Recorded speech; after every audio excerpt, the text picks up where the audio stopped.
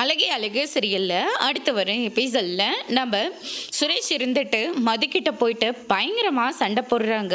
விருந்து பெரிய விருந்துன்னு சொல்லிட்டு என் மாமாவை அவமானப்படுத்தி வெளியே அனுப்பிட்டில்ல அப்படின்ற மாதிரி சொல்லிடுறாங்க. விருந்துக்காக வந்தா விருந்தோட வேலையை மட்டும்தான் பார்க்கணும்.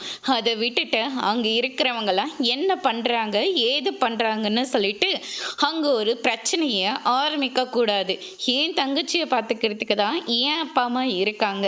அவங்க நல்லபடியாக அவளுக்கு நல்லது எது கெட்டது எதுன்னு சொல்லி சொல்லி வளர்த்துட்டு இருக்காங்க. அவங்க பார்த்துக்க போகிறாங்க. அங்கே தேவையில்லாமல் வாயை திறந்தது உங்களுடைய மாமா தான். உங்கள் மாமா செய்கிறது தப்புன்னு உங்களுக்கே நல்லா தெரியும். தெரிஞ்சிருந்தும் தேவையில்லாமல் நீங்களும் அவருக்கு தான் சப்போர்ட் பண்ணி பேசிக்கிட்டு இருக்கீங்க. இது எந்த விதத்தில் நியாயம் அப்படின்ற மாதிரி சொல்லிடுறாங்க.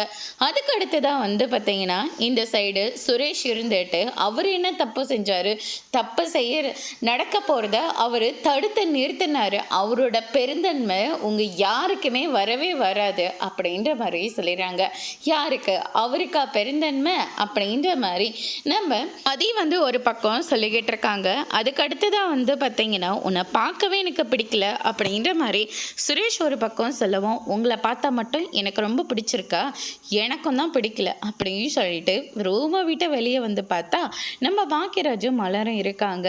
அதுக்கு அடுத்ததா அவர்கிட்ட நீங்கள் ஏதாவது சொன்னீங்களா? சாரி மதி, சுரேஷ் ஏதாவது உங்ககிட்ட பேசினானா அப்படின்னு சொல்லிட்டு கேட்கவும், அவர் பாட்டுக்கு ஏதோ கத்திட்டு போகிறாரு விடுங்கக்கா அப்படின்ற மாதிரி நம்ம மதி ஒரு பக்கம் சொல்லிடுறாங்க. அதுக்கு அடுத்ததான் பார்த்தீங்கன்னா பாப்பா அழுந்துக்கிட்டே வராங்க. என்னை தூங்க வைங்க, வாங்க ரூமை கண்ணை முழிச்சு பார்த்தா யாருமே இல்லை அப்படின்ற மாதிரி சொல்லிடுறாங்க. அதுக்கு அடுத்ததாக மலர் இருந்துட்டு நான் போகிறேன்னு சொல்கிறாங்க. நாளைக்கெல்லாம் நீ நல்லபடியாக உனக்கு எல்லாமே தொடங்கும்னு சொல்லிட்டு பாக்கியராஜ் அங்கேருந்து கிளம்பிடுறாங்க. என்னாச்சு, ஏதாவது ஃபங்க்ஷனா அப்படின்னு சொல்லிட்டு கேட்கவும், அதுக்கு அடுத்ததாக நாளைக்கு மலரோட பிறந்தநாளுப்பா அப்படின்ற மாதிரி சொல்லிடுறாங்க. ஏங்க நான் என்ன சின்ன குழந்தையா, எனக்கு பிறந்த நாள்னு சொல்கிறதுக்கு அப்படின்ற மாதிரி சொல்லிடுறாங்க. நாளைக்கு என்ன கேக் அது இருக்கா அப்படின்னு சொல்லிட்டு கேட்கவும், அதெல்லாம் எப்பவுமே இருந்ததில்லை.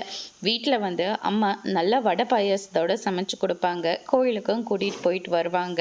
ஆனால் இங்கே வந்ததில் கூட அது கூட எனக்கு கிடைச்சது கிடையாது அப்படின்னு சொல்லிட்டு நம்ம பிறந்தநாளுக்கு நம்ம சமைச்சு சாப்பிட்றது எனக்கு அது பிடிக்கவே பிடிக்காது அப்படின்ற மாதிரி சொல்லிடுறாங்க.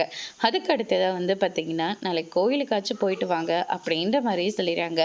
அதெல்லாம் ஒன்றும் தேவையில்லை விடுமதி அப்படின்ற மாதிரி சொல்லிட்டு அவங்களும் தூங்குறதுக்காக போயிடுறாங்க. அடுத்த நாள் பார்த்தீங்கன்னா 12 மணி எப்போ ஆகும்னு சொல்லிட்டு பாக்கியராஜ் வெயிட் பண்ணி பார்த்துட்டு இருக்காரு. மற்ற நாளெல்லாம் நாள் அப்படியே ஓடி போகுது, ஆனால் இன்னைக்கு ஒரு டைம் கூட சுத்த மாட்டேங்குது அப்படின்ற மாதிரி ஒரு பக்கம் கட்டுப்பாக்குறாரு.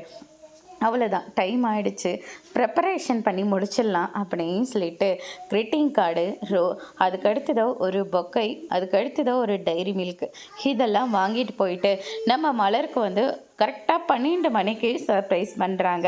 மலருக்கு ரொம்பவே சந்தோஷமாக போயிடுது.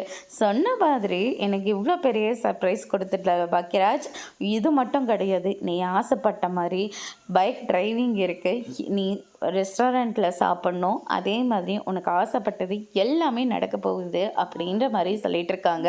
அதுக்கு அடுத்த நாள் காலையில் பார்த்தீங்கன்னா நம்ம மதியம் இருந்துட்டு ஹாப்பி பர்த்டே அப்படின்ற மாதிரி விஷ் பண்ணுறாங்க. ஓ, இன்னைக்கு உன் பிறந்த நாளா அப்படின்ற மாதிரி சொல்லிடுறாங்க. நீங்கள் கோயிலுக்கு போயிட்டு வந்துடுங்க காலையிலே அப்படின்ற மாதிரி சொல்லிடுறாங்க. வீட்டில் நிறைய வேலை இருக்குது மதி அப்படின்ற மாதிரி சொன்ன உடனே, நான் அந்த வேலையெல்லாம் நான் பார்த்துக்கிறேன், முதல்ல நீங்கள் கிளம்புங்க அப்படின்ற மாதிரி சொல்லிடுறாங்க.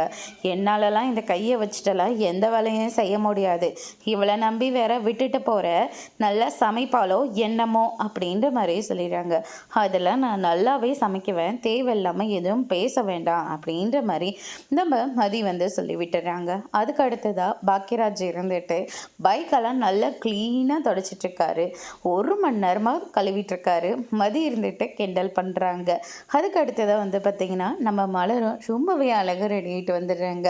நான் ஏதாவது செஞ்சு வச்சுட்டு போட்டோமா? அதெல்லாம் ஒன்றும் தேவையில்லை, காய்கறி நறுக்கி வச்சுட்டீங்க, பருப்பை வேக வச்சுட்டீங்க, அதே மாதிரி இட்லிக்கு மாவும் இருக்குது, அதே மாதிரி டீக்கு கூட டிகாஷன் போட்டு வச்சுருக்கீங்க, வேறு என்ன நீங்கள் பண்ண போகிறீங்க, மற்றது எல்லாத்தையும் நான் பார்த்துக்கிறேன் அப்படின்ற மாதிரி சொல்லிடுறாங்க. இல்லை உனக்கு ரொம்ப கஷ்டமாக இருக்கும், அதெல்லாம் நான் பார்த்துக்கிறேன் அப்படின்ற மாதிரி. இன்றைக்கி நீங்கள் வீட்டை பற்றி நினைக்கவே கூடாது, உங்களுக்கு என்ன தோணுதோ அதை நீங்கள் நல்லபடியாக செய்யணும் அப்படின்ற மாதிரி சொல்லி வெளியே அனுப்பி வைக்கிறாங்க. அதோடு இன்றைக்கான எபிசோட் முடிச்சிருக்காங்க. இனி அழகே அழகு சீரியலில் அடுத்தடுத்து என்னெல்லாம் நடக்க போகுதுன்றதை வெயிட் பண்ணி பார்க்கலாம். தேங்க்யூ.